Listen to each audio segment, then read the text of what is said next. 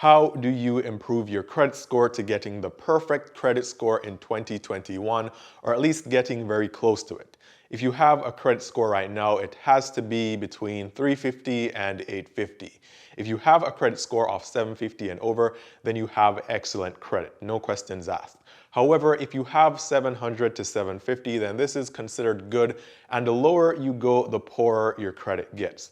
Now, I once had a credit score in the 500s, and I was able to move my credit score in a matter of about a year to over 750. So the main point here is that you can take control of your credit this year, and even if you have a 580, you can get to having a credit score of 700 or more by the end of the year, if not more, right? So in this video, I'll be talking about what you can actually do to get the perfect credit score this year. And even if you don't get the perfect 850, you'll end up getting very close to it or in that excellent credit score range.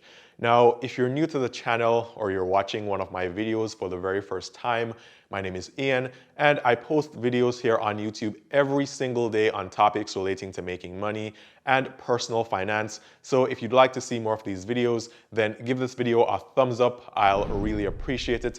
And also consider subscribing to this channel and turning on all the notifications.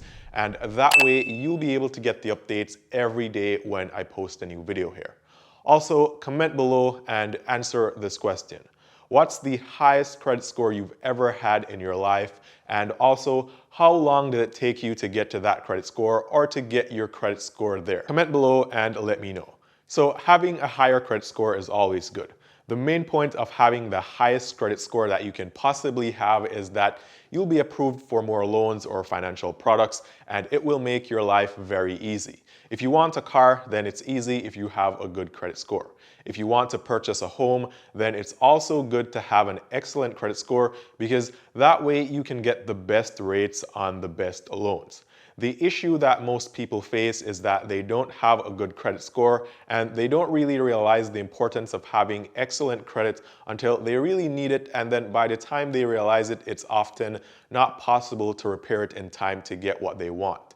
So even if you don't intend on borrowing any money or buying a home, it's still best to get your credit score to that excellent credit score range and maintain that very good credit score. So when you actually need it, it's there for you to take advantage of. Also, I'm sure that the bots are going to be spamming the comment section below and telling you to text this guy on Instagram or get in touch with this hacker to fix your credit.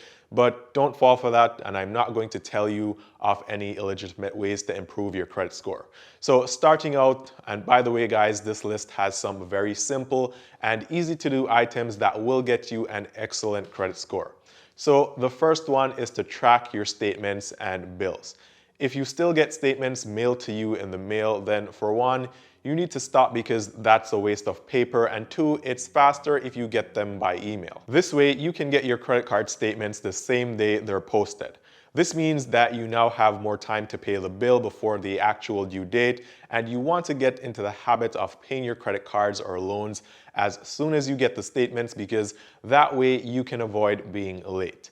Now, although this is a very simple step, it's also one of the most important parts of getting that excellent credit score because your credit score is made up of several factors, and actually the biggest chunk or slice of what makes up your credit score is from your payment history. Now, this means that if you've ever been late on a payment, you'll be messing up 35% of your credit score. So although this one is very easy, be sure to never miss a payment or be late on a payment. And if you haven't already done so, you can log into your online accounts and set notifications that will alert you with emails, push notifications, or even text messages when your statements are ready. Now, this way you never miss a payment and you're never late. Also, even if you can't pay your credit card bill in full, at least make the minimum payments on time, because as long as you make the minimum payments on time, then it won't negatively affect your credit score. Now, the second step to getting that excellent credit score this year is to keep your spending down. Even though you have a limit on your credit card of a certain amount, the more of that credit that you use or the higher you go towards the limit, the more it negatively affects your credit score. So for instance, right, I had a credit card with a limit of only $1,500. I always spent maybe $100 on that card just for the sake of having it report on my credit. I used that card to purchase a new laptop, and then the following month, I used it to purchase a new phone.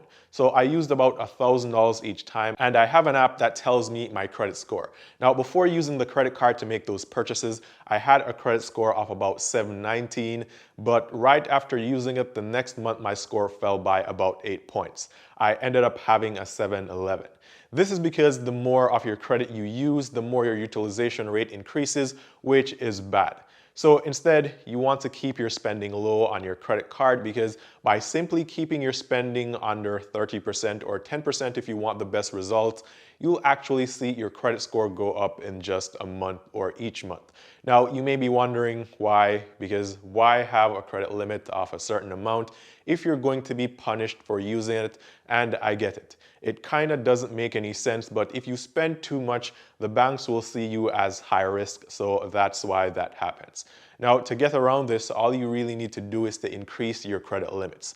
So if you want to be able to spend $1,000 on a credit card without it affecting your credit negatively, then work on building your credit and asking for credit limit increases until you get a limit of about $5,000. And that way, $1,000 will be only 20% of your credit and not 75% as in my previous example. Also, I want to point out here that this affects 30% of your overall credit score, which is the second largest slice. So although it's easy, it's actually very important.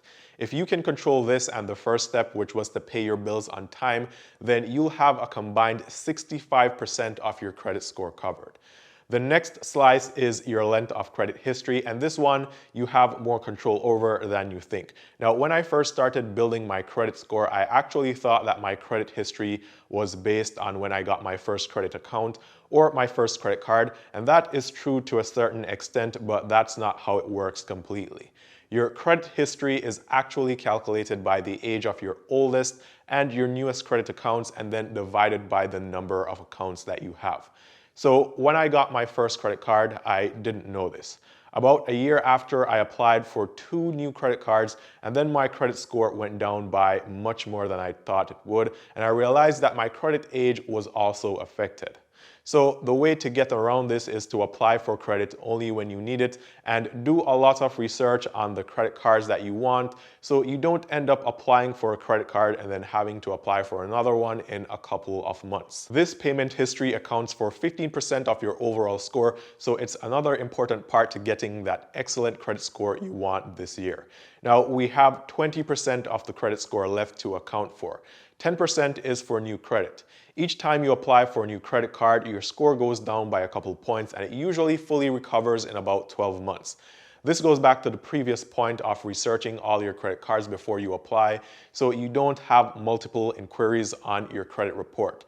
The next 10% has to do with the mix of credit accounts that you have. So ideally, you want to have a revolving line of credit, and you also want to have installment loans. A revolving line of credit is like a credit card. An installment loan is like a personal loan or even a car payment. If you have both types, then this shows that you can handle different types of credit well, and this will also increase your credit score.